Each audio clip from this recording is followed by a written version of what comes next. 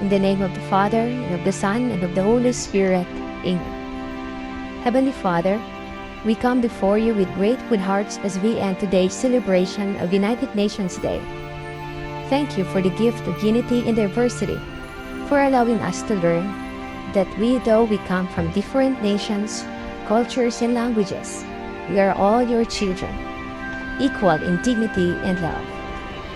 Lord, we pray that the lessons we have learned today inspire us to become instruments of peace, respect, and understanding in our school, our community, and our world. Help us to be responsible global citizens, ready to care for one another and to protect our planet, our common home.